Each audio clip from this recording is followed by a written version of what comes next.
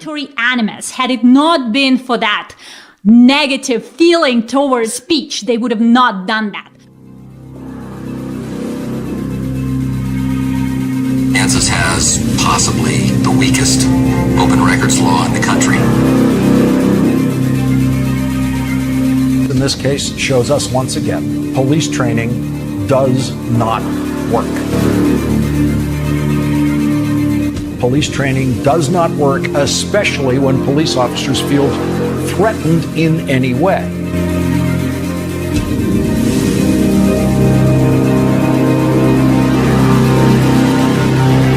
You're a person who believes in freedom of speech. You have to fight and say what you feel and let the chips fall where they may.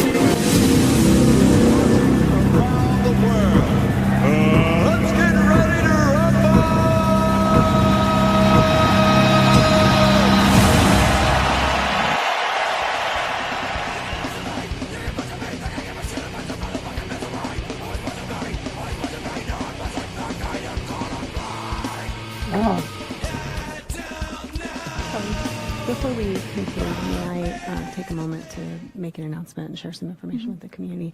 I wanted to just share with folks so that you know, and it relates to the experiences that this board has with public comment in our community, that over the last 4 days in particular, harassment, bullying, and intimidation attempts through voicemail and email.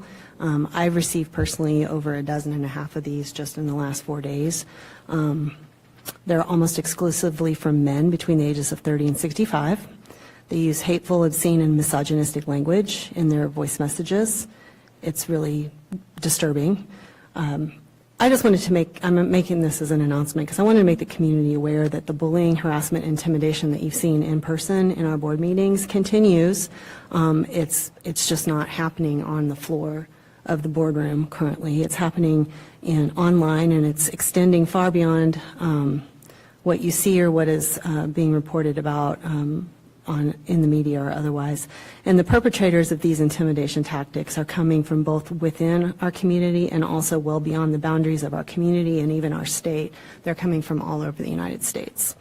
And this is because what happens is that the video from our meetings is being used to create YouTube content that is then shared in extremist online groups. And this is something that I would wager that the volume of hate speech that's been directed at me personally is probably less than what is being experienced by other women on our board, because I'm not the current board president. However, I wanted to share with the community that I refuse personally to be silenced by these bullying attempts. Our community and our peers in our community at the county and city government need to know that the joint collective efforts that we are all trying to make to ensure that civil, safe, and inclusive civic dialogue is preserved and continue in this community. So thank you for letting me share that, and I appreciate your indulgence. Thank you. Thank you. That's your board president, well, former board president, telling poor little Kelly all the reasons why they're being abused by public comment. And, you know, before we even get going, let's just take a look at this is the consolation that has to happen because they're so upset over words, guys. Words. It's words. Doc, it's words. Yeah, and the first clip there was from the latest school board meeting, which was almost 2 weeks ago, so the previous Monday. And we had talked about that on our previous live stream because there was a LJ World article that was written about what that board member there, Shannon Kimball, had said. Yep. And so we're just talking a little bit about the latest development with that school board and what they're doing now around hearing from not hearing from the public during the meetings now. Well, and Carrie, you joined us here. We're the three people that they're blaming it on because we're in there telling them words that they don't want to hear. And the sad thing is these words are in the books in the district. And again, they're using it to shut people down. And now we've got an article that came out. This is the Lawrence Times. No need to jump a paywall here. These guys don't have one. But they've got an article talking about how public comment isn't going to be happening. General public comment will not appear on the agenda this time. And the Board of Education is saying that they will have public comment at the May 12th meeting. Now, why the sudden rush to not have public comment now? That's the question, isn't it? Carrie, why are they not wanting to have public comment now? Do they need a break? I think it's a control thing, maybe. I really don't know. I don't know what they have up their sleeve. So it's very interesting though how they have timed it out, where they did the article of all the harassing, and then all of a sudden, they're not having public comment, and then they're going to have it on May 12th. Because when I looked at the agenda, the agenda doesn't look to be anything different. However, of course, I'm just a layman's person, so I don't know all the ins and outs to everything. But and I would say they're framing it pretty carefully, because I mean, the last time they tried to frame a narrative in that room, they actually got caught, Doc. That was when the Lawrence Journal World just tried to kind of wing it. And when was this? This was at the meeting. What was this at the beginning of February, when they decided to try to report from not even being there? They just wanted to watch a video and do a report. Yeah, and then is that when they did that first front page article about the public comment crisis they had there? Sure, the hit piece. You don't have a quorum. Point of order. There's no quorum. Point of order, Madam Chairman. There's no quorum. You cannot disrupt the business of this board. So I'm not disrupting the business of the board, ma'am. There's no quorum. From yelling in the middle of the meeting. There is no meeting. You have Don't no quorum. walk up to me. Would you tell her to stop? Do not approach this board. You don't have a meeting. Please understand your rules first. My God, woman. You don't have a quorum. Point of order. There's no quorum. Point of order, Madam Chairman. There's no quorum. You cannot disrupt the business of this board. So I'm not disrupting the business of the board, ma'am. There's no quorum. From yelling in the middle of the meeting. There is no meeting. You have Don't no quorum. walk up to me. Would you tell her to stop? Do not approach this board. I mean, they've been caught lying about situation after situation and trying to frame a narrative, and it appears that that's what they're trying to do again. Well, and it's interesting about what you just showed there. Right after that, they moved the general public comment from where it has always been, which was at the beginning of the meetings, and they moved it to the very last item on the agenda. So it's the last thing that takes place in their meetings, and all this was happening right around the time that there in February, where the story broke that there was a teacher in USD 497 school district at Prairie Park Elementary School who was raping kids in that school there, and that all kind of broke at the same time. And so it seems like to me that we've been we've been the scapegoat for the school district, and of course then LJ World just runs carries the water for them, being the scapegoat of why they're wanting to move general public comment, why there's a public comment crisis, and then now all of a sudden, after Shannon Kimball gets up there and plays the victim like that for the last part of the meeting about how that harassment, intimidation, and bullying stuff, now they're not going to want to have public comment for this upcoming meeting. Just the timing of all of it, just it tells me that they're not wanting to hear. It makes me wonder how much they're hearing about what that teacher did to those kids in the school, and therefore they're preemptively silencing and censoring the community from going in there and talking to them about it, but doing it under the guise of it's these three troublemakers here, and their foul language is really why we're doing it, guys. No, you guys are the troublemakers, not me, but but no, I think you're onto something. But yeah, I think it goes deeper than that, though. I think I think they worry that we will embolden the people who are afraid to go in there and speak, that are wanting to go in there and speak about how their kids are being treated. And if they can silence us, then those people, why should they go in? And I making an example. Yeah, we need to make sure that those people have the path cleared for them. You mentioned that situation at Prairie Park, and I've met Topher Inneking just in passing at a school board meeting. I don't know the guy personally, but everything that he's doing is telling me that he's the kind of guy that we want looking out for our kids.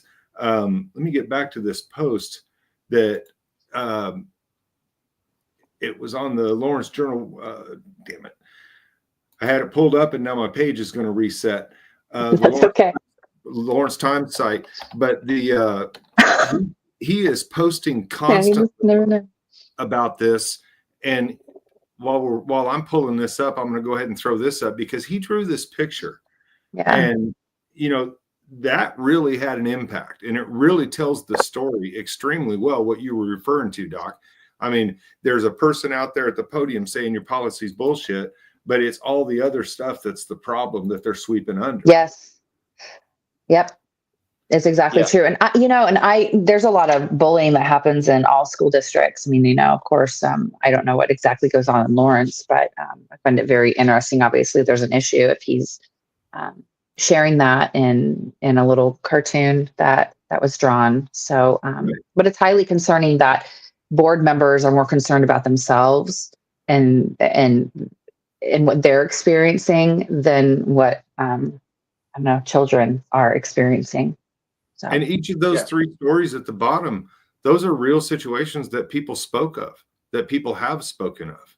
And there's so much more, guys. There's so much more. But here's this pull it up here. The page that Christopher, I think is how he pronounces it, that he did. And he shared this and then made his own comments to it.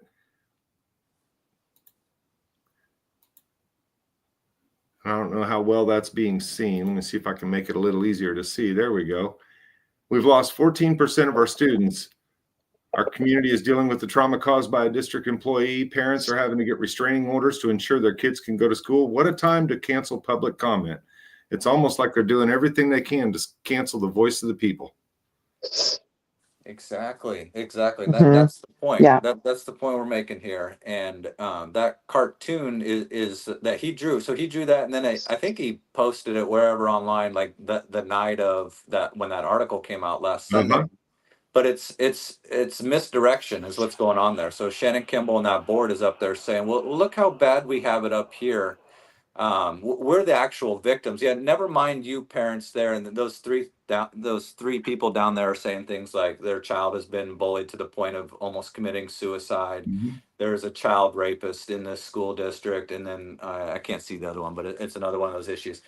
And that stick figure. My kid was sexually assaulted by your employee. Is that the one you're talking about? Yeah. Wait, it took a restraining order to protect my kid in your school.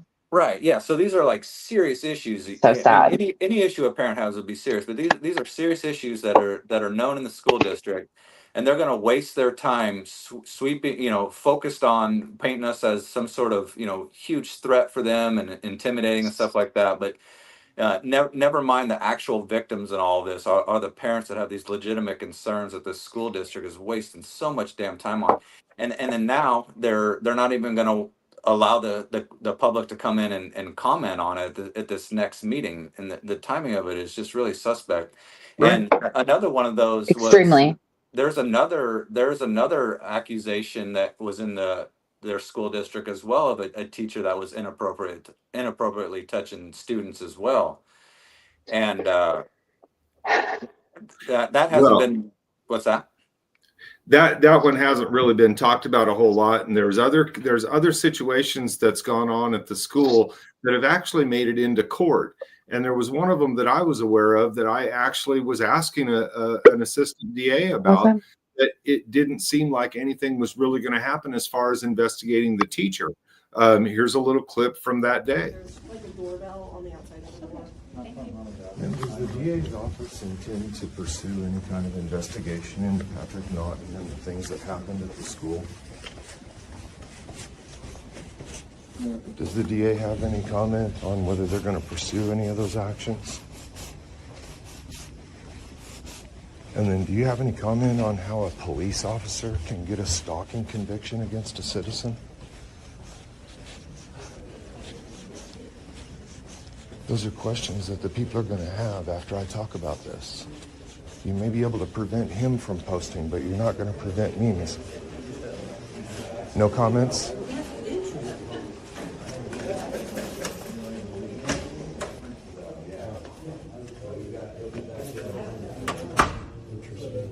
What's up, Michael? How you doing? And guys, it's not just them. The night that Topher was in there and spoke to the meeting, and again, he's a candidate for the USD 497, and honestly, he looks like the person that's really for the people. And people really should check him out. But he brought up a lot of issues, and one of the things that he brought up was the unresponsive admin at the school district. Listen up. A litany of unresponsive administrators. Basically, problems with IEPs not being followed, a health plan being violated, and when I tried to get help, I was ignored. And we've given our emails. We've tried contacting and for several weeks now. Okay. And gotten very little feedback from anyone. I'm going to ask that Dr. Lewis follow up with you. I have messaged him. Okay. I've sent him everything, and I've gotten one little response with no answer. Okay. I went all the way up from him, his administrative assistants, the head of special education, her administrative assistants. I filed a formal complaint, similar to and now I'm here. But hey, we're going to have 2 more that won't answer your emails, so stick in there. If we can't get any answers from the district, we can't get any answers from the court. No, I have asked, personally, I've reached out to the superintendent asking about going to church since I've been banned, right? And it's been ignored. I've been asked twice. So what those people are saying in the video you just showed about how, they're not getting responses back. I'm not getting responses back myself. So, Yeah, and for those that don't know, the school district contracts with churches to rent out their schools, their school property, their school buildings for church. So Carrie has a ban there from all district property, as do I, and so that's part of the lawsuit that I've filed, is that it's also a freedom of religion violation as well, because the school district, by way of that ban from their property, is able to gatekeep and dictate whether or not I can go to church there as well. And then so the same thing applies there for Carrie as well, in terms of now she has to ask to go there as well, and they're not answering. They're not even responding to it. No. Well, and the other thing is, and again, I want to point this out because this can't be stressed enough. One of the things, and I posted this a couple times today, one of the things that they always stress on us is you'll have to argue it out in court. You'll have to figure it out in court. And, this is from a recent court document out of the 10th Circuit here. This is a federal district judge that Julie Robinson, in Justin's case, in Doc's case against the county, not only was Jay Armbruster and the deputies, their qualified immunity was removed for that arrest. The judge went on to say, as he also alleges that members of the public may not use vulgar language. And this is the problem in that room. They're having a problem with our language. But the judge says, given that members of the public are entitled to 3 uninterrupted minutes during the public comment period, it is not clear, based on the allegations, that such speech causes disruption or disorder when the commission has already set aside that time. And that really comes into play in too many other situations that are happening across the country right now. We've watched that situation in Okeechobee happen, where that 3 minutes was just treated like it was a nothing, a couple few words, and then you were out of there. Didn't matter how much time had gone by, and didn't matter what you said. I guess I would like to understand why we have to sue in order to get something to happen. Because when I was removed from the school board meeting, one of the police officers had said, and I think that you guys had kind of talked about this, and then like another live, it was the live I was on. Anyways, but why is it that the police are like, well, that's why you can, check us civilly or do whatever. But do they that is the only way that they're going to change their ways, or that's their checks and balances? It makes no sense to me. Doc and I have talked a lot about this, and he'll probably be able to elaborate on this quite a bit. There are statutes, like when they interrupt our time, they're technically interrupting our public business, aren't they, Justin? Yeah, it seems like it, because I mean, like that ruling says right there, you can't be disrupting the meeting. So once your time starts, then they shouldn't also be disrupting you for saying that you're disrupting the meeting. You're not actually disrupting the meeting, so that stops your business. And that statute is, interfering with public business, is that, you are conducting public business up there speaking. It's also interfering with their meeting as well. What they would try and charge us with it for interfering in their meeting. It's the same thing, 'cause now it's derailed the meeting at that But point. then, Whereas if they not said anything, the 3 minutes would have just come and gone and the meeting goes on. well, and the next That's the step, whole point.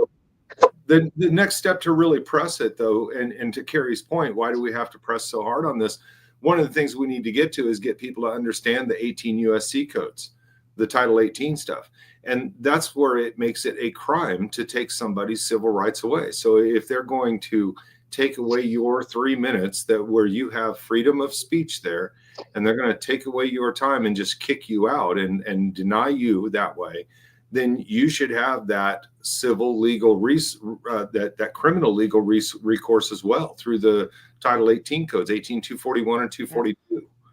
Yeah. And those are violation of rights under color law.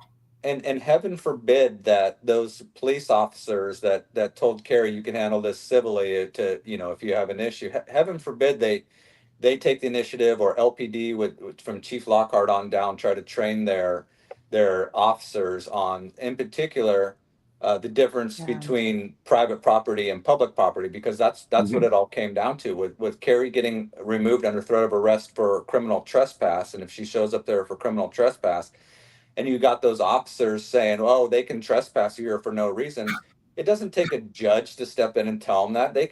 They should fucking know the difference between public and private. It shouldn't be on the citizen that's getting their rights violated to find an attorney, get the funds for an attorney, get the patience for all that, to put up with all the bullshit, to put up with the fucking articles, to file this lawsuit, just to have them come to the conclusion that, oh, you know what? Yeah, there is a difference between fucking public and private, and it's not Target like they said it was. It's not like they're going to Thank you. I can't even believe that they said it was Target. They used a comparison of Target to a government public facility. That was crazy. And what's even so egregious about this is that you were just up there speaking during your 3 minutes, and you even say, "But I just said words." So you said words, and now you're under threat of arrest for criminal trespass just for saying words. And it's not like you were going in there and banging a drum or blowing a horn while they were conducting their business or anything like that. You were talking during your 3 minutes, saying words, and now you what? To hold them accountable, you got to file a fucking lawsuit? Like, shouldn't But that's literally like, what are the police there for? Just to follow the orders from the school board? It's like, guys, you can think for yourself. You didn't do anything wrong. They became policy people. That's what they became. Well, they became policy people versus the law, the Constitution. So, well, I wonder how enforceable that trespass actually is, and stop. I mean, I know the police are going to act on it if you violate it, but my question is the trespass is predicated on a constitutional violation that they committed. It would be null and void. They wouldn't have anything to back it up with. Now, I always have to make this distinction. So if you're trespassed because you went on there and you did something like you're banging on doors or something like that and disrupting the meeting, they could trace it back and be like, well, you were banging on these doors, interrupting. But again, see, now that gets into the disorderly conduct, fighting words, the other criminal statutes that would apply that can take away your rights. But if you trace what happens here with Carrie, and it happens here with what happened with you, and it's what's happened with me, it's all traced back to speaking during general public comment. Right. That can't be criminalized. You can't take because it's a constitutional right. You cannot criminalize a constitutional right. So but they don't have anything to stand on because. But see, Justin, they figured out a way to do it. They figured out a way to do it. But they are. The reality is they are. They have criminalized it because Carrie's been banned. I've been banned. My ban is now up, so I can go back to the meeting on Monday. And you've been lifetime banned. They have. That's what I'm saying. That's my point in all this. It shouldn't take a lawsuit and a judge to make that clear. No, but they want should be that. something that the police department, if they're going to be enlisted into just blindly carrying out orders for the school board, should have an understanding of public versus private, and they should have an understanding of these constitutionally protected activities that can't be criminalized. Woulda, coulda, shoulda, but the reality is we've got a being judge on record saying that we can't be a disruption during our 3 minutes, and they're still ignoring that. And they're So, I ignoring mean, it. Yeah. They don't care. I guess I've just never been in a situation before where like they I don't know if they retaliate. Well, no, they retaliate against. They yeah. It's clear as day that something in Lawrence is going on that shouldn't be. Because it seems like the school board had, I don't want to say, like after you were banned, Michael, like from my conversation with the police that, oh yeah, they didn't remove you because the board was just asking for you to sit down. Right. But for me, it was, they had obviously had a discussion about things. And so they understood that, yeah, okay, when we say it's time, then I get removed because I said shit. So. And bullshit. Anyway. Well, I think actually Justin is the one bullshit. I actually think I said, I'm that bitch. So whatever. What's amazing to me and all that, in particular with that officer told Carrie that if you have an issue with this and you want to fight it, just take it up civilly, as if it's a foregone done deal conclusion. But is that they just will automatically side. They'll pick one side and they say, well, then just file a lawsuit against us, instead of like, I don't know, like we just got done talking about having an understanding of what exactly has taken place in that meeting. Well, they take an oath. They take an oath to protect and defend the rights of everyone, and that means us too. Right. And I think that at this point, you got the Lawrence School District that is afraid to hear public comment, and now it's the community is now not being able to come in and talk. And we wanted to just sit down and talk and say, well, we're not going to be the scapegoat over this. If the school district doesn't want to take fucking comment from the public, it's not our fault. It's not because of us. It's not this imaginary intimidation, threat, and bullying bullshit that Shannon Kimmel said about it. It's because they have real serious, embarrassing, life-changing issues that are taking place in their school district under their watch, and they don't want to hear it from the community. And I have never. Sorry. They just see it as an easy excuse. Yeah, go ahead. I'm just saying, I have never heard either one of you ever say to community people, go and harass, go and call, go and do this and call them this, that, and the other. I've never heard that from you guys. So I feel like that article that they wrote is a stretch. I think whatever, LJ World, is that what it is? The urinal world. Whatever it is. I feel like they're really toeing the line when it comes to defamation. I mean, I'm not a lawyer, clearly, but I think that I think there's a lot of issues with that article, and I think that I think that they're working with the school board. And the so it is what it. Well, I think it's all connected, and they keep on bringing you guys into it, and just for speaking out. So, bottom line, I don't. You guys have never once said to anybody while you're online ever said, "Hey, please contact so and so at so and so." So, at least to my knowledge. Yes, go and reach out to your and reach out to the people in government and the people on your school board. They're government officials, but I've never heard. Hello, let's look at all. Like, there's so many cartoons that are being made about all the presidents in my whole entire lifetime. There's cartoons being made. So who cares, right? That you sign up for that, but. You talk about cartoons, Carrie, and that's the thing about politicians is there is a certain amount of criticism that they're subject to, and it's just that simple. I don't know. And I've got a couple clips here that I cut out just oh, look at this. I did a segue. Yes, you did. I got a couple clips I cut out This Very one, good. this one I like especially for Shannon Kimball. Shannon, take a look here and just keep this in mind next time you decide to talk. Oh, that woman got a mouth like an outboard motor all the time. Put, put, put, put, put, put, put, put,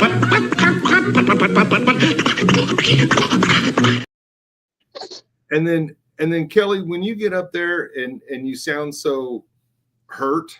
Well, I know just what you're gonna say. It's predictable. It's just totally predictable because you've got the same pattern over and over. But I couldn't give up the foghorn leghorn, man, because every time I see Kelly Jones, I just see him going, boy, I say, boy, slap, you know. And if somebody wants to draw that up with Kelly Jones's face on it and send it to me, I'll be sure to post it, man. And I'll even give you artistic credit. But, no, I mean, that's what I see every time. We're showing age by those cartoons, Michael. But that's the level of criticism that politicians open themselves up to when they run for office. And I'm sorry, that's the thing. Like it. That's the thing. I have never felt like you guys have ever been like, hey, reach out and give them hate and tell them this, that, and the other. I don't feel like you've ever done that at all. Reach out and tell your, government officials like how you feel. Okay. But it's not like, hey, give them death threats. But quite honestly, has anybody seen a death threat? Have you seen the proof of that? No. And I don't no know that they're ever going to. No threats. None. And they can talk a lot about what they have. But I'm telling you, people, Justin and I both did core requests with different places trying to get information, and they won't give it. They won't tell us the feedback they're given a lot of times. I don't condone any of all that, like harassing type of behavior. Oh, kill yourself, whatever. I think that's horrible. But I have never heard any of you guys, either one of you, doing that. So. No. Well, and that's crossing the line of that's not free speech anymore. It's violating the fighting words, and it can be criminal. You can be arrested for that. All I've heard are cuss words. Oh, we cuss like sailors. So, we are. One other thing that I want to point out that I would hope that the city of Lawrence there, the citizens there would be upset about, and that maybe they just need. Yeah, it needs to be explained on how exactly this shuts down their ability. It puts an obstacle for them to go speak. So the similar thing happened at the city commission meeting this past summer, where they moved their general public comment from the beginning of the meeting to the very end of the meeting. And like I said earlier, the school district just did that as well. They moved from the beginning to the end. And they can get away and say, well, first of all, we don't even have to have general public comment. And secondly, we're still having it. But how that impacts people from going to speak is that when it's at the beginning of the meeting, you can show up there. The meeting starts at 5:30 or starts at 6, and you can kind of gauge within 10 minutes you're going to be having general public comment and you're done. Well, when they move it to the end of the meeting, these meetings, even though you have an agenda and you can see how many items are, they can talk on an agenda item for 30 minutes, 15 minutes, hour and a half, 2 hours. You don't know, and so that just keeps moving the time that you speak. And sometimes, like city commission meeting, you're not speaking till 11:30 at night. School district, it can be 8:30, 9 o'clock at night, but you get there at 6. I mean, most people don't have that. They can't do that. It's all night. It's all night. They can't do that, and so what they end up saying is, "Oh, fuck it, I'm not even going to go in and speak." So that's one of the ways your government there, Lawrence, has said we don't really want to hear from you. Yeah. Yep. We don't want to hear from you. Well, and the other thing is they make it as though we. I've noticed in all the videos. So you look at the school board, the couple clips that I had there. They used to show the public commenters, but now that it's been you and I and Carrie's come in, notice where the camera angle is when the public commenters are now. They're at the front. They don't show the podium as much anymore. The city commission did the same thing for a bit, and the county did the same thing as well. And it's interesting that they think that they're hindering something that we're there for our performance or something. And it's like Kimball talked about people using our videos to make content.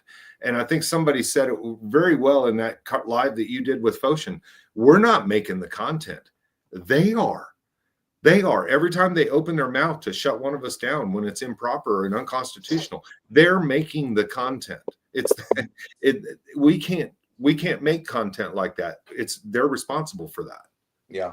And something that we've learned along the way is like each time that we go in there and we start speaking somewhere and it's speech that they don't want to hear, they find embarrassing, or they just don't like, they will start to do everything they can to restrict access to public comments. So whether it's the library going from not having a time limit to we start speaking there, now it's 3 minutes, the moving the public comment to the end of the meeting. But another thing that the city commission had did is that they also stopped broadcasting their general public comments. Yep. And so they would broadcast the entire meeting and then stop recording for the general public comment. Well, just recently, within the last couple of weeks, the Kansas legislature passed a Senate bill that says that all government agencies that are filming their live streams can't also not also film their general Right. public comment and put If it they're out there. going to have public comment, they got to They include have it to in the post broadcast it. as well.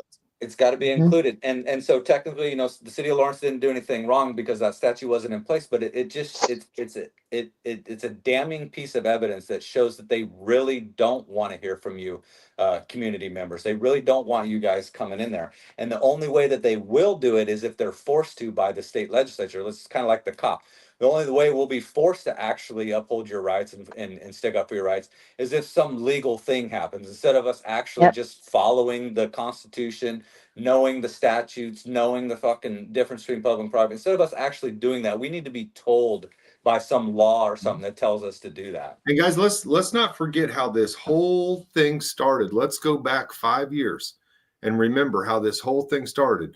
This started with a father, a college professor, and a veteran going into public meetings and expressing his concerns about the COVID doctrine. And regardless of how you feel about that, Was that in Lawrence? that was Dr. Spees. Justin went and Look at me expressed not his knowing thoughts and his concerns about the COVID doctrine, and he became enemy number one. He was allowed to be assaulted, battered in the street by people, have his property destroyed, and they came after him, all because he had a different point of view. Now, at some point, I noticed what was going on in the city meetings, and I noticed what was going on in the school board meetings. So I started going and saying, hey, you got to stop shutting this guy down. And so I'm enemy number one as well. Yeah. And then Carrie, you come along, you there we go. Yeah. Once I saw the fact that they're like, they don't want y'all to say the word, shit. And the word shit is in several books. That's when I came on, because I thought it was just crazy. It's so crazy. It's amazing too, Michael. And you mentioned all that. This has all just been about words. It's always been words. Like one time at the county commission meeting, I'm out of there because I said motherfucker. Another time I'm getting arrested because my sign says motherfucker. Another time I get arrested because of a sign. It is strictly the words. It is nothing outside of that. It is totally amazing to me that it happens like It's like that. we're Germanying. Right. Yeah, it's Right. wild, man. And the way they can persecute and see, you talked about being able to pursue civil things, that's a long road that costs you money and costs you time as well. Now, Reputation. look at their criminal side. What happens there? That costs you. It doesn't cost them. The state makes money off of all that. Yeah. They got their time they're getting paid for, and then the courts earning their fees from the state on keeping you in the criminal system, and then you're paying your attorney at the same time while they're pursuing a bullshit charge the whole way through. And the only way anything ever gets paid back to you is if you win civilly. You have to actually go to civil court and actually win your case, and then hopefully that judgment includes, because it doesn't always, and hopefully that judgment includes some lawyer fees being returned to you. But again, it doesn't always. So you can be out on both sides of this thing a lot of money before you ever see justice. And that's how they keep it preventative for the average person. And if you win, you could win no money. Yeah. And I think people forget that because it's like constitutional rights. So it could be $1. For a lot of us, I would whatever. I want my attorney fees back. The attorney fees that I've had to spend on bullshit charges, I want those back. I don't need to be paid by the county and paid by the citizens here because of their fucking. But I want an apology. I told Doc the other day, what I really, really, really solidly want, really hardcore down deep in my soul, is an apology and my attorney fees, man. It's funny, like, right? An apology goes a long way. because I understand that more than you even know. Like, well, that's what makes that cop's civil case thing so flippant, where he's like, oh, you can just do something civilly. It's like his arms are like doing one of these, like, hey, go ahead. It was like so weird. Hey, just go through all that shit, and at the end of it, and I said, that's no fun. Like, no, who wants to do that? Who wants to do that? I don't want to do that. I'm sorry, but no lawsuit is fun. I had a realization the other day. He's not worried here in Lawrence either. This is a realization I had the other day. They let Lockhart get away with lying about the Community Police Review Board and how that was going, and let that review board collapse, and they backed him on it. That's convinced me that even if local officers lose qualified immunity, I'm convinced that our local governments would indemnify them and pay the bill for them. It wouldn't be them personally suffering for it. I'm convinced that our local governments would defend them all the way to that extent. Well, we already know the papers will. So the Douglas County Sheriff, Jay Armbruster, he lost qualified immunity, and a couple of his deputies and a lieutenant lost qualified immunity on their lawful arrest of me. But you wouldn't know it because LJ World and Lawrence Times won't report on it, and they're well aware of it. But they won't let the community know that the head law enforcement officer there, right there, lost his qualified immunity. Instead, they run a puff piece about him starting up some podcast and how they quote him as saying, "We're just like you guys." Oh, really? You're just like us, huh? You hate the words on my sign so much that you fucking kidnapped me and battered me and hauled me away for no fucking reason. Yeah, you're just like one of us, aren't you? Well, and social media is such a problem that they're going to join the movement. Well, yeah, but it speaks volumes to the Lawrence Times. Somebody had said that they're kind of like what the equivalent, like what Bernie Sanders would be like. That those are their kind of readers, but that they themselves won't even write an article about how the sheriff lost qualified immunity. They're backing law enforcement around there. I mean, it just blows my mind that they won't report those facts to the community there, because it's kind of a big deal to know that your sheriff did that to somebody twice. Yep. Well, Carrie's opened up the floor to question. Anybody got some I questions? did. Put them in the chat. The little type thing. Yeah.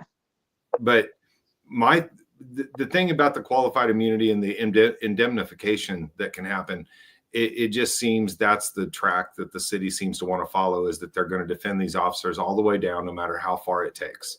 Well, yeah, it's that us versus them mentality. They're on their side and we're on this side. Yep. I never felt that before until recently, I have to be honest. I was just walking through life naive, obviously, but yeah. Well, and that's you're exactly right. That's how most of us go through until something happens. All of us, something happens to get us started. You look at the situation down in Okeechobee, Warren Sapp.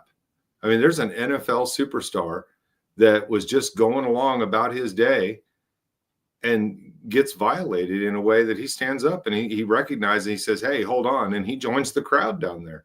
And now he's regularly getting violated by them as well. And that shit was wild, because they went in, they were speaking during a county commission meeting, and that county commissioner was trying to say that they weren't speaking anything that had to do with their business, and then he was trying to direct them and say, "Oh, you got to talk about bridges and roads and stuff." It's like, well, you really don't get to dictate what we say. But he ended up having, it was like 3 or 4 of them, and including one of them was Warren Sapp. One other one was John Felix, and good. And but they were removed just for speech as well. They weren't disrupting the meeting or anything like that.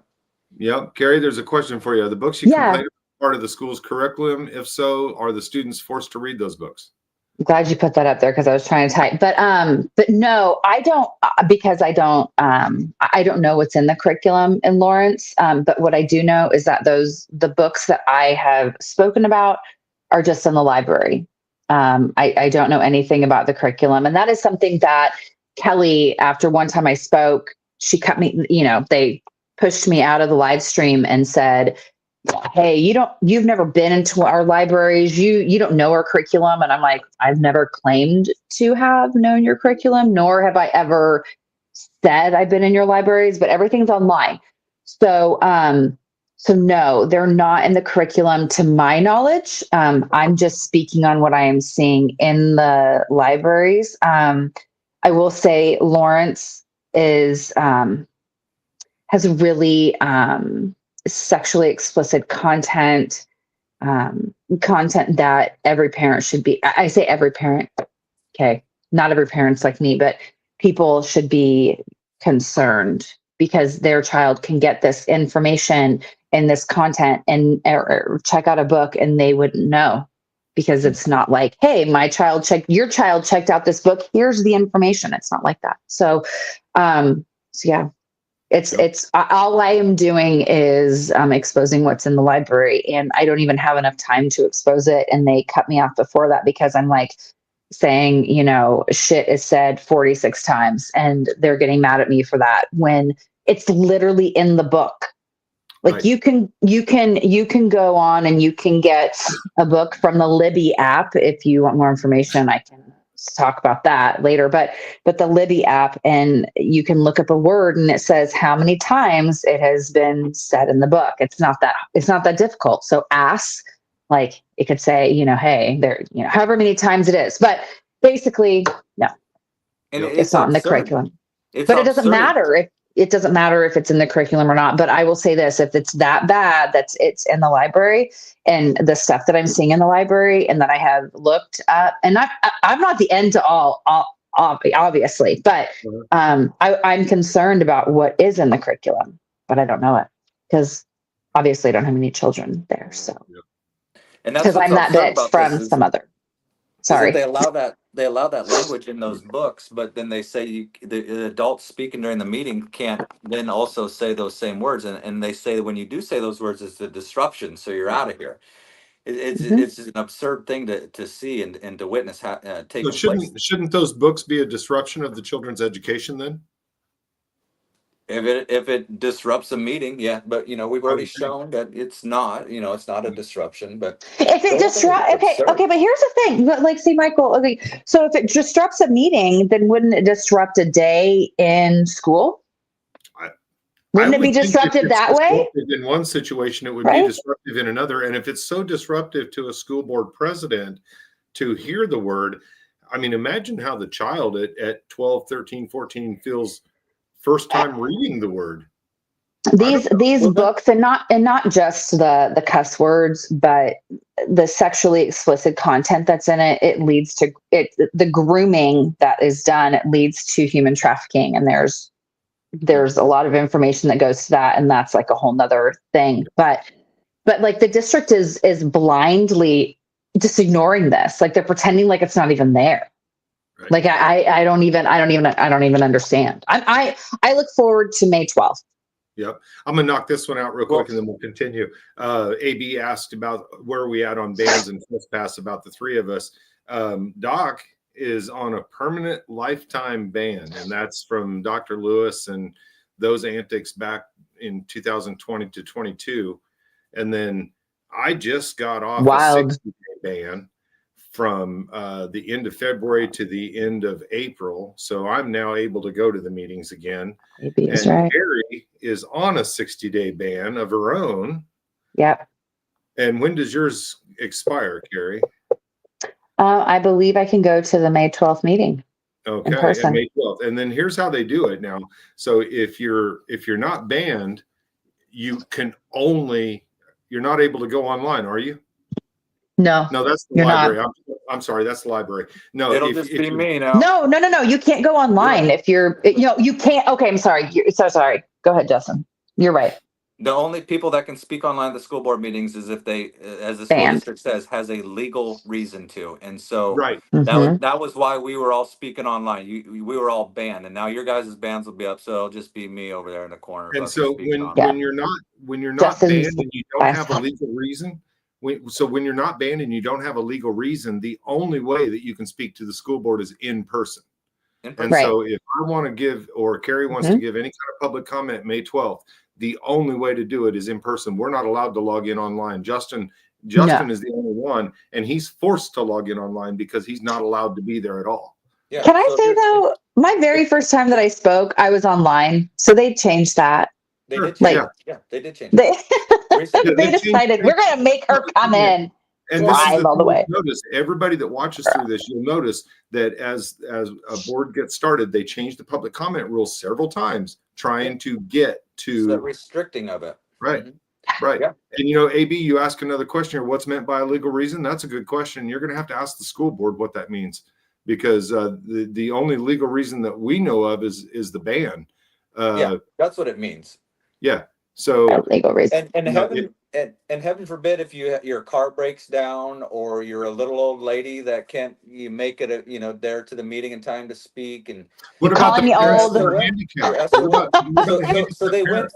went from during COVID you could only speak online to now you can't speak online. It's like, what the fuck, man?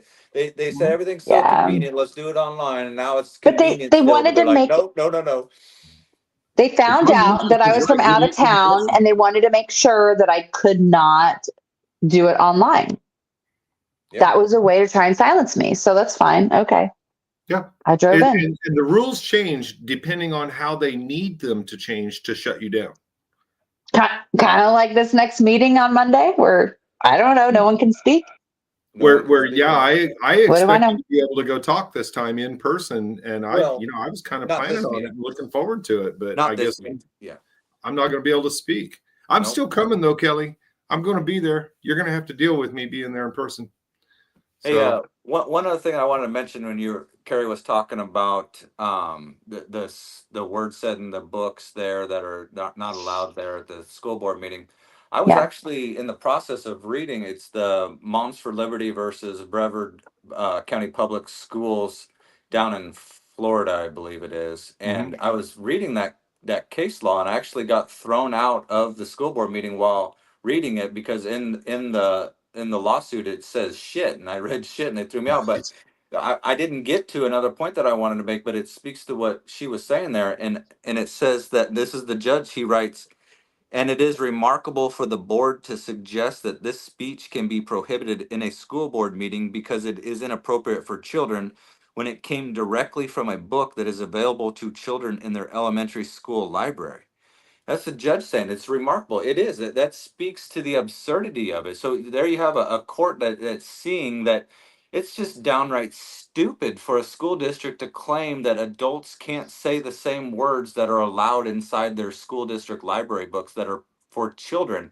While also absurd, even more absurdly, the school district is saying, "Well, we're trying to protect the school children's ears that might be listening to our meetings here, but meanwhile, here's a book there, kid. Go right. ahead and read I it." have no patience for that because the stuff that they are allowing, like I have a book here. My phone's like on top of it, but it's called Sex is a Funny Word. And I don't know, it's in their district and it's just inappropriate, but they're okay with that. They allow it, but they don't allow certain things in their board meetings. It's the hypocrisy is just off the charts. Well, would this be covered under legal reasons, accommodations for ADA? Well, I mean, you I don't would know what that you would means. think so. You for the What is online speaking you okay, would wait, think regards so. ADA, what's ADA Act? Sorry, I'm American not. Disabilities. American Disabilities Okay. Act. And I don't really know. My guess is they wouldn't because Oh, they didn't do okay. that during COVID as well. So, Okay, I get that. they wouldn't allow people that didn't have masks on to go in there and speak, even with a disability accommodation. So Wow. I don't even think the ADA shields them from anything at this point. Interesting. That just Well, maybe less relevant. I was hoping to challenge that online. Judith had a comment here. Kelly seems to imply that distance made you less Yeah. relevant. I was hoping to challenge that online as a past educator, behavior therapist, and having worked as a mediator, but they blocked me. That's how they handle opinions that are challenging them in ways They'll that ignore you. they don't know how to argue with. Is they just block you. Ignore you, block you. I mean, the fact that like I haven't gotten a response back from the superintendent regarding church on Sundays, it says a lot. And I've asked twice. I've sent 2 emails. So I don't know. Whatever. It's not so much that they don't listen to you or hear you because you're out of town while you're speaking. It's that because they don't. It's that they're like openly challenging you and coming at you, and me to an extent as well, based solely on not living in the district. Like they take issue with it. It's not just that they're not going to hear you out or whatever. They're almost like offended that somebody outside the district is there speaking. I think Kelly wanted to do a gotcha moment, like I figured you out, and I was like, I never pretended to be anybody else that I wasn't. Like, I don't know. They've done that all. All of them have tried to do that with us as well. The gotcha stuff, and it's like, how do you do a gotcha with somebody that really you don't have anything on? What are you going to do? Right? Yeah. Exactly. I don't know. I'm the book lady in my district. I don't know. Whatever. It is what it is. But yeah. Well, I'm just curious. Like, there we go. Sorry. Go ahead. Hey, I was just going to ask if there's any other questions out there. Yeah, I was going to say the same thing because like people were asking good questions. Yeah, but, I'm going to go ahead and say out here, you two board candidates, Matt and Topher, if you guys ever want to join us online and discuss school board issues, you are more than welcome, and we'd add you in and just give you a platform to speak, buddies. I really don't see how anybody could vote for those school board members that are up there right now. I just don't understand, especially Kelly Jones. I get it, but people do stupid. Like, I'm sorry, I'm not trying to say people are stupid, but people just go with the names that they know. Like, I know that person. Okay, that's great. Let's not forget Kelly. She needs extra.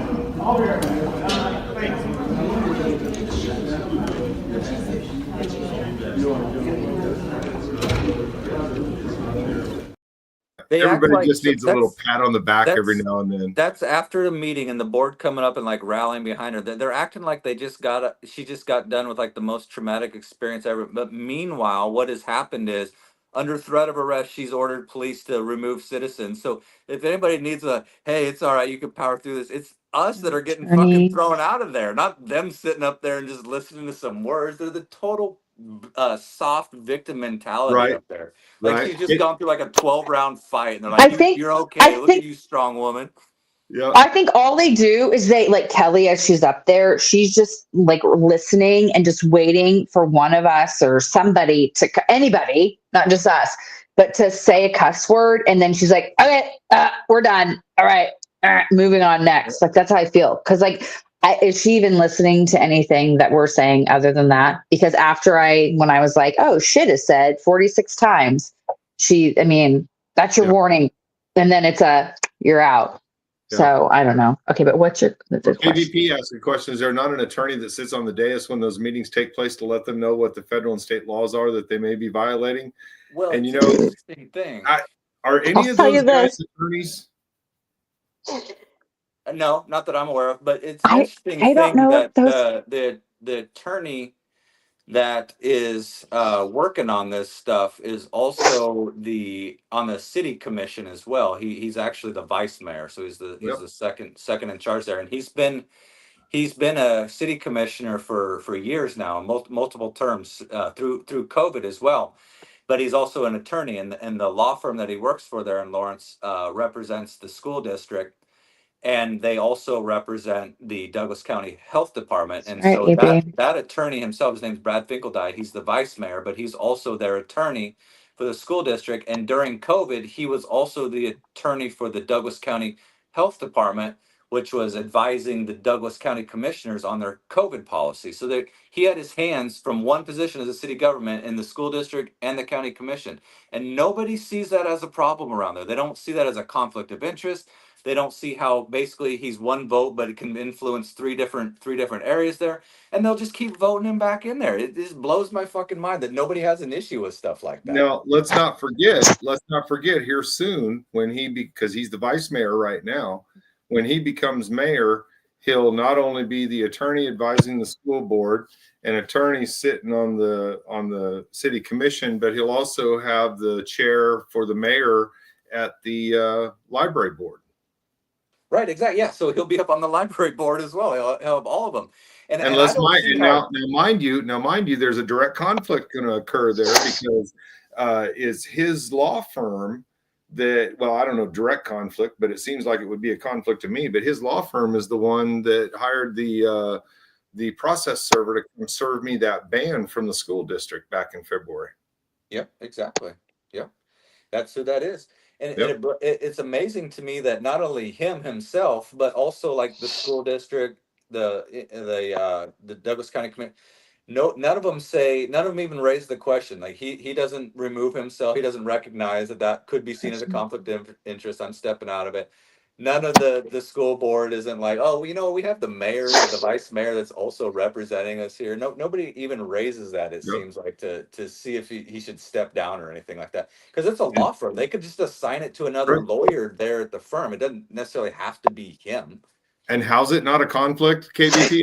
I got no clue. Got no clue how's it not a conflict? Because it seems like one to me. Like, but then again, yeah, I don't know. KVP what would a conflict be? If you're going to say a conflict, what would it be? It would be that he's got his tentacles in multiple government agencies there, but the potential to use his positional power to influence decisions. Well, and here's the one of the frustrating things about this is running very similar to what we see down in Peabody, Kansas, the town where Eric Watts was the deputy down there that everybody was after to try to get him out, and he's finally not going to be a deputy anymore. But in any case, down there, they have so few people that are willing to get involved that that sometimes those people have inherent conflicts just because they're the ones that are willing to get involved. But in a bigger town like this, you would think that with 100 and some odd thousand residents that we have here, including KU, you would think that we could find ways to avoid those conflicts somehow. Right. Yeah, you would think so. Yeah, that small town excuse doesn't fly there. It's too big of a city. And AB makes a good point. Most of the lawyers in those meetings are useless third-rate lawyers. Well, the reality is they're paid to find a way for the commission to do what the commission wants to do. It's not a matter of we're not paying you to make sure that we follow the law. That's not what the commission pays the attorney to do. They pay the attorney to figure a way for them to do what they want to do. There's two different things. That's interesting. Those aren't the same. Those aren't the same. It's kind of like that. I was going to put this up, that banner. It's kind of like what Mark Twain said. If you read the newspaper, you're uninformed. Or if you don't read the newspaper, you're uninformed. But if you do read the newspaper, you're misinformed. Yeah. It's two ways to look at this. And those attorneys, they're not in there looking out for your interests. They're in there looking out for the commission's interests. Oh yeah, they're definitely looking out for the commission's interest. You mean like looking out for the citizens' interest? No way. No, or looking out for rights violations. Mean? Attorneys are not in there doing that. And look down at Elk County when we went in there talking to Paul Dean and Jill Gillette. They were only interested in backing up their position, not whether there were constitutional violations or CORA violations happening and things like that. Well, even Jackson County, look at their attorney there, and he was leading them right into that no standing bullshit that we took that happened there, until it came to the very end where the cops were getting educated. Remember, they went in the back room, and then at that point, that he advised them that they were wrong. But up until then, now he's letting it fucking go. Probably telling them they were right. Right. Yep. So I don't know who KVP is, but they were like, anyone get the state's attorney's attention to take a look at this? I don't think that they would even care. I know that sounds crazy. Talking about the Attorney General's office, and here's the thing: when it comes to open records, they've got one IG, I think, that works that, and got a couple people working with them. So CORA is not a really interesting thing for them, and that's the same person that's going to probably handle open meeting stuff too. It's just not a priority for them. This is how they get away with it, right? Because they know that it's not a big deal, or they don't have enough man people to do stuff. The CORA statute is written that there's no motivation there for an attorney to get involved in there, because with CORA there's no recovery. So the only thing that you get from filing a CORA lawsuit is you're going to get the open records, or in a COMA lawsuit, you're going to get an open meeting correction. They're going to be told to correct how they're doing their meetings. You're not going to get any kind of monetary benefit or any kind of attorney fees paid. No, you can get attorney's fees. Are you sure on CORA? Yeah, I'm pretty sure on that. And so that might not be like a lot of money, but it's still money that comes out of the government's pocket. But what you're running into is you're running into a situation where attorneys aren't motivated to take these cases, because if they're going to file a CORA case, either you're going to pay them out of pocket, or they're going to take a big risk hoping they're going to get that pay on the back end if it exists. But they'd rather have that money out. So you're going to have to pay for it up front. How many of us have the money to just go around paying $4.50 an hour to battle a Cora lawsuit, which is going to take you think you're going to get away with 4 or 5 hours of work? No, this is going to be 50, 60, 80 hours before you're even getting close to a settlement. Yeah, and my experience with the Attorney General is that office is that it's just kind of a black hole, and it doesn't matter who the Attorney General is. Once you send an email there, it just goes into the void. Now, I'm not saying you shouldn't do that. You should still, don't just give up on that option, but it is a black hole. I think oftentimes people think like when they've been violated, they're like, oh, the Attorney General's there waiting for me to bring my case to him. They're going to be outraged by it, but oftentimes it's a black hole. I mean, Attorney Generals, fucking... whatever, man. They're just they're busy, Now, AB, I'm not sure that I can answer this question. I don't have kids in school, so I don't know about their curriculums. Carrie, does the school board show their curriculum public, or is it not a public item? Okay, so in my school district, it's the teachers. So you just have to ask the teachers, and the teachers typically I don't want to say it's like online, but like whatever it is, it's in their little system. If that makes sense. I know that sounds weird, but like if you just ask your teachers, then they should give it to you. If they don't, then it's a red flag. But that's how I found out about the Absolutely True Diary of a Part-Time Indian when my son was a sophomore. And so that was a curriculum book, and it literally is it says some derogatory terms, and it's sexual, talks about masturbation. So yeah. Doc, and I challenged that book. Well, USD 497, they used to, I'm not sure if they do anymore, but they used to, like within the last 2 years, I know I had looked at it. They had all their curriculum posted up on their USD 497 website. And you could go in kindergarten all the way up to 12th grade. And you could click on each one of the different fields for what's expected and what is taught for each one of those grades. And the reason why I know that is because they had implemented it was called like gender identity and sexual something or other coursework, and it had to do with teaching kids, talking to kids is beginning in kindergarten there at USD 497. About sexual stuff, and it continued every year from kindergarten on up. Now, I don't know if it's. I will say this: May 12th, I plan on reading a book that is highly controversial. So, it's a problem. It's not in curriculum that I know of.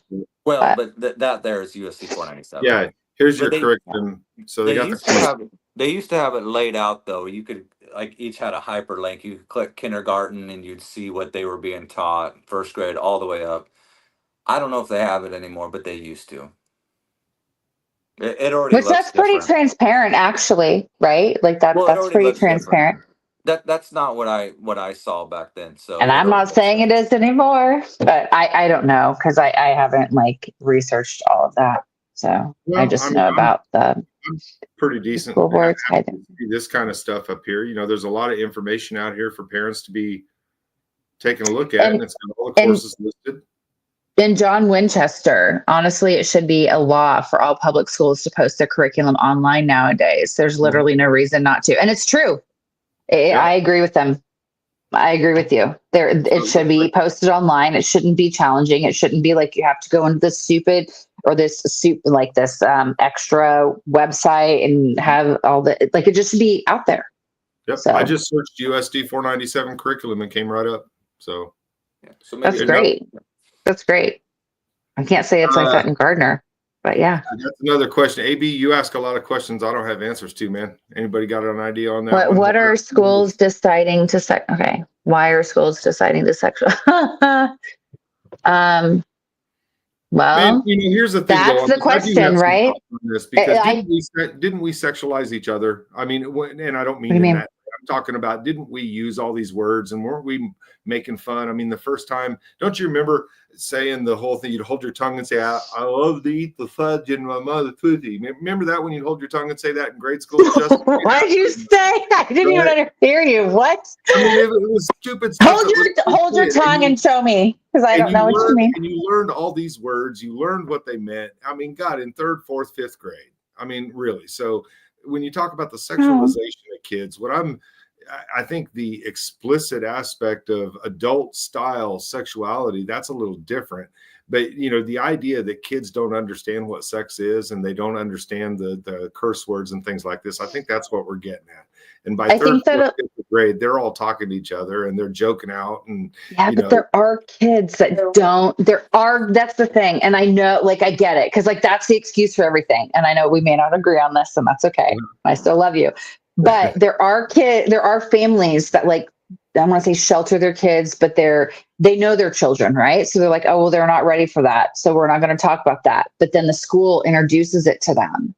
And then the kids like, and so that's where it's like, you're actually taking parental rights away by doing that. And that is a concern that I have, because I don't know, like, I feel, and I'm not saying that I am a parent who, shelters their kids. I'm not saying that's the situation, but I feel like everyone needs rights. And I feel like we're so focused on, oh, don't ban books, but because then we're taking that information away from people. But it's kind of like, nobody's banning books, obviously, but you are also, you want to say on this spectrum, okay, you're taking, our rights away to know this knowledge about sex or whatever. But, and we're not talking about just sex, we're talking about graphic sex. Okay. But then there's that other group that has no shot, has no chance, because they're just like out there. So it's like, oh, well, they have no rights. Yep. Like, if that makes any sense. I don't think it makes any sense. You're talking exactly about Muhammad versus Taylor. What's that? What's Muhammad versus Taylor? A case law that you'd probably want to look up. He says Probably. is relevant to this. Thanks, John. But the one thing about this, that you talk about banning books. Nobody's banning books. But let's look at this. Somebody pointed out earlier in the chat, Playboys. You don't see Playboy in the library. So then, no, you don't see Penthouse. But I will say this. So those things in the library, why do you see books that graphically, explicitly lay it out in words? Why is that different? How's that different? Clinton Hansen. I'm not a helicopter mom. I know you said I'm kidding. Anyhow, you can go look at that comment anyway. But anyhow, so no, but like these books literally, they start off as like young adult books. A lot of them, they're a series. Okay. So I'm just going to throw that out there. So several of them, and I'm not saying all of them, but they start off as young adult, and there is a new name for some. It's called new adult, but the young adult, they start off and they're very young adult. Then the next series, they get a little more racy. And then the next series, they get a more racy. So by the time it's like their volume 10, literally, they are not young adult anymore, because they have pushed the limit, but they have weaseled their way in to keeping that, because on day one with their volume 1, they were young adult. So, I mean, again, you can say what you want about me and all that kind of stuff, but I feel like we have crossed a line, and this is just me, but I feel like there's been a line crossed as far as content and sexuality and pornography that has been put into this, into our schools. And yes, okay, we want kids to know about this stuff and they need to know about it, but really, is it the school district's place to do that? Right. I think that's more a parent decision, but I think Judith, as an educator, I don't know. She talked about you told to answer the children's questions, no more. Right, I was told, yep. Children develop emotionally at different speeds and seeking, yep.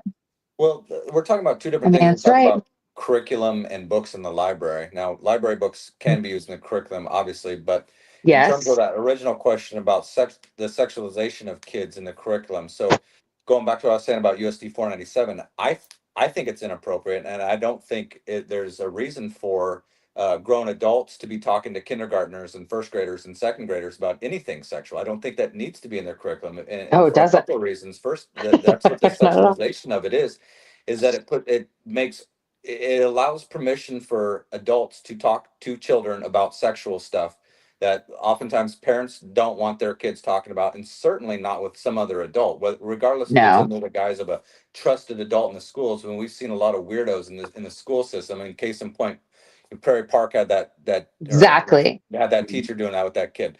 So that just lowers all kinds of boundaries. Where now these kids that shouldn't even be thinking and talking about sexual stuff at all are now given the message that they can start talking with an adult about that, and they can transfer that to talking about other adults and and the kids don't need to be talking about that shit at that age. And I They just don't don't. see how it's the school's responsibility to force that upon these kids. Like, just stick to reading, writing, and arithmetic, guys. You can save all the other shit. It's like gives them an excuse to sit down and talk with kids about sex. It's just it's a weird kind of dynamic that they create, especially at Again, that younger age of kindergarten and first. These are 5, 6, 7-year-old kids. They're not even thinking about that shit. Quentin and I are about the same age. Because that's about the same as you, Clint, and I think him and I are around the same age. But well, I think now it's more like 4th or 5th grade, but yeah. And I think parents, can opt out of that stuff. Obviously, I think that they can, and I think that gets into what that case law was. But the thing about it is that not every kid is opting out of it, and so that dynamic is still being created. That boundary is still being lowered. That, hey, kid, come talk to me about penis. That No, kind but of stuff. parents don't know about it. They don't know about it. Why would they? They're trusting. I used to be that mom where you just trust the district and you're like, oh, they have our kids' best interests at heart.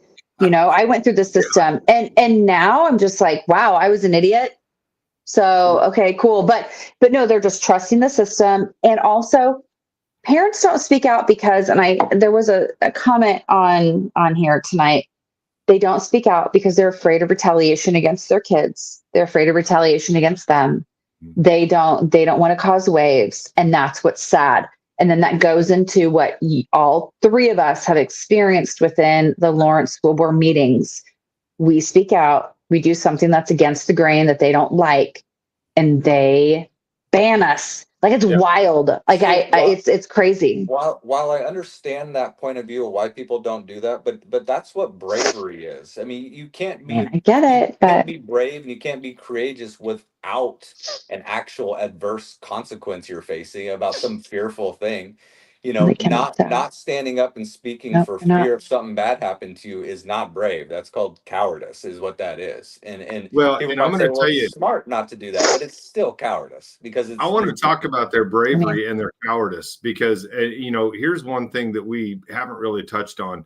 This happened at the library, but it does directly affect the cowardice. Now, you remember, Justin, when we went into that meeting, the first one that I went to you with, I found this book right out prominent on the front. Like, as you walk into the library, there's a area where you walk through into the main area, and there's 2 racks there. It's like they're big books that are up front, right in the front where everybody can see them. That Pussypedia book was up front there. Ever since I brought that up to them and pointed it out to them, I haven't seen that book or anything like it up on that front rack since. And that was at the library. Yes, and I think that right there points to their own knowledge that there's a problem with this, and it's their own embarrassment of having it pointed out to them. Yeah, and for all you bleeding-heart liberals out there watching it saying, oh, so what, Pussypedia, be a little bit more progressive and open-minded and enlightened and stop being so conservative about that. Well, the issue is that same library that puts Pussypedia out there says that you can't say anything, you can't say vulgar things inside the library. And if you say vulgar things, you're out of the library. But meanwhile, Pussypedia can be there front and center for every kid in the city to walk by as they're going in there. But heaven forbid you say something vulgar and you're out of there on a criminal trespass. It's fucking bullshit. Exactly. This whole like trespassing, it's gotten out of control, and it's really just a power trip. And the fact that the police are in on it and they play the game and they become policy people versus law people and constitution people is highly concerning, and something that I didn't even realize until literally within the past, 3 months when it happened to me. And I've learned all this stuff from Michael and Justin. Like, it's literally a bigger issue, and people need to speak out about it. They need to, I don't want to say fight against it, but it's wild to me. Get more involved, but people are so scared to. Nobody wants to. Nobody wants. Learns it. You're saying you learned it all from me. Hell, you were fighting the Gardner School Board before we met. Okay, but they never tried to trespass me. Well, until recently, and that's a whole nother story. But but yeah, so I mean, I took a picture and somebody else posted it, but whatever, that's a whole nother story. But no, seriously, I've learned a lot, and it's and I don't think that people understand what their rights are. And I think that the people in government, and I say that our school board people, the people in the county commissioner, whatever, they are silencing you all, and they've now done it to me because they don't want to be exposed, and it's really sad. And they're winning in the sense that people still aren't speaking out, and it's kind of a thing where it's like, okay, do I just give up? Do I just like throw my hands up and go, okay, I'm not going to speak out anymore. I'm not going to do anything anymore, and that's what they want. And that is what they want. Yeah. That's why you can't, and that's why I can't, is because that's what they want us to do, is give up. Right, and that's how I feel. Yeah, I hear you. Most Americans are delusional. They the land of the free, home of the brave. We're neither. Our American DNA is to be free and brave, but what we're talking about right there is that people watch their rights be violated, and they're too fucking scared to say anything. Are you American or not? Yeah, there's going to be consequences, but are you a fucking American or not? Are you going to live free? Are you going to be brave? Or are you going to be a fucking compliant coward? That is not an American. That's the opposite of that. Yep. 100%. No, I hear you. And compliance. We talked about this, man. Complying with somebody taking away my rights. That is a tough one, man. How do you just say, okay, I'm going to let you go ahead and take away my rights? And it just feels wrong. Everything about that feels wrong. Everything in me says, no, you're not going to take away my rights, and I'm going to do everything in my power to keep my rights. But I just didn't know it was as big of a deal as it is now. Well, but that's why I'm here. That's why I've done, and that's why I can't stop speaking out at Lawrence. Well, the more people that stand up and realize that it's a big deal, the closer we get to actually getting more people to change it. Because that's what it's going to take numbers. Somebody put it in there. It's going to take numbers. Not everybody wants to do that. And I understand everybody, people are busy, or they work in the district, and it's going to retaliate. They're going to be retaliated against, or their fear of their children. There's so many variables, and I get that. But there comes the point where it's like, okay, how far does it need to go before you, I don't know that there's, make a difference. For some, I think they're okay going the whole way and just letting somebody else take care of them. Yeah, but it's just, I don't know.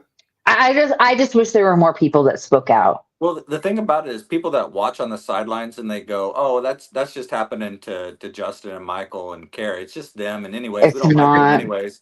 But those are the same people that will wake up tomorrow and a huge issue is taking place across the country that now they want to go in and they're feeling confident enough to go in and speak on it, and they're not allowed to speak on it. So it might be happening to us right now. It could be you in the future, and just because it doesn't happen in the future doesn't mean that it's not a possibility that could happen to you or could happen to your loved ones. That random picture. Courtney Shipley is a prime example of that. This is our former commissioner, Courtney Shipley, former mayor. She was our mayor, and she was one of the worst ones about shutting people down. And the greatest thing that, when she went back in there and Bart Littlejohn was the mayor and he shut her down. And, she's a perfect example of what Doc was just talking about. You may think it won't happen to you, but Courtney learned that lesson. She fucked around and she found out. Well, she's named in my lawsuit against the city because she was one of the mayors that stopped me from speaking and removed me for, she said, what wasn't germane. Isn't that some shit? She's named in a lawsuit, whereas she probably has her own lawsuit if she would file it.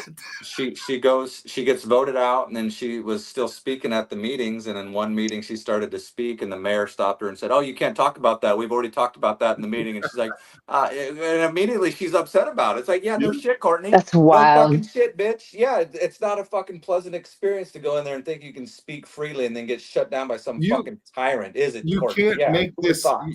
Carrie, you can't make up how oxymoronic this shit is that happens in this town. they literally shoot themselves in the foot. And Courtney is the best example I have of that. And I did a video on it, so you guys can go check it out. It's recorded on video. I mean, that's the way it happened. She started speaking and got shut down. It's like nice, you know, poetic. You just can't make it up, really. That's right. Poetic justice. Crazy. About to say. Yeah. It's crazy. I don't know, but like, anyhow, yeah, I'm just grateful that I have learned a lot through you guys, and you're probably like, oh no, whatever, but no, seriously, more people need to speak out. More people need to do what is uncomfortable, because it's not easy. At least for me, it's not easy speaking out. It is always uncomfortable. It is always uncomfortable saying certain words, talking about the sexual content that's in the books. It is not easy. And, but it's needed, and it's for our children, and it's for our rights, and just on and on and on. So. Well, there's a lot of stuff that's needed out there that people need to see. And I just want to mention this. It's not related to the conversation tonight, but I put up on my channel, those of you that haven't seen it, and you really should share it and show it to people, because it's an educational situation, man. There's a Ring doorbell video of an actual fentanyl overdose that I came across today. And I put that up because people need to see that. When you go through that and you experience that kind of a situation, it's something you'll never forget. And I experienced that out in the homeless camp when somebody overdosed out there. And people need to understand, these aren't the drugs that were around 20, 30 years ago. These pills and the fentanyl and shit, it's bad. So if you guys would check that out, share it, show your kids, talk to your kids about this, and talk to your kids about the stuff that's going on in the school board, and make sure they understand what their constitutional rights are. I'm not going to sound an intellectual right now, but you can actually go online, and in the state of Kansas, they can give you, I don't say Narcan. Please help me with whatever that is. Narcan. But like you can, Narcan, you can get it for free, and they can mail it to you. But I don't know the website off the top of my head of what that is. So, but nope, I've had Narcan in my truck since that day. That was the day that I put it in my truck and started carrying it. So yeah. All right, guys. Anyway. Justin, any last thoughts? No, that's it. That's good. Appreciate you guys. All right. You guys have a good night, and you two stick around. We'll chat afterwards here. And everybody, thanks for joining us. Make sure to join your council meetings and get up and stand up, because if you don't, nobody's going to.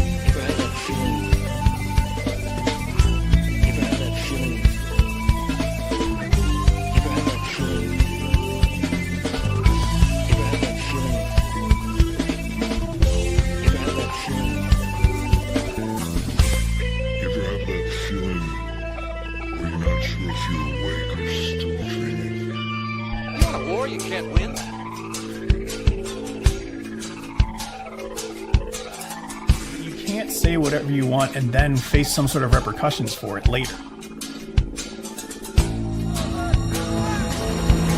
Next one, son. Nothing else in the world smells like that.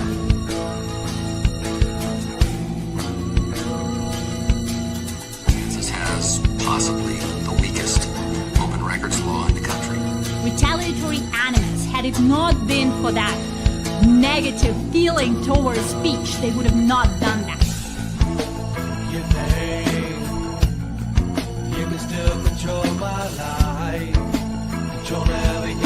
Are you telling me that 200 men against your boy is a no-win situation for us? Wishing you could see things once my way, when it all gets ripped away. I know the smell of napalm in the morning. I can't hide, painted break.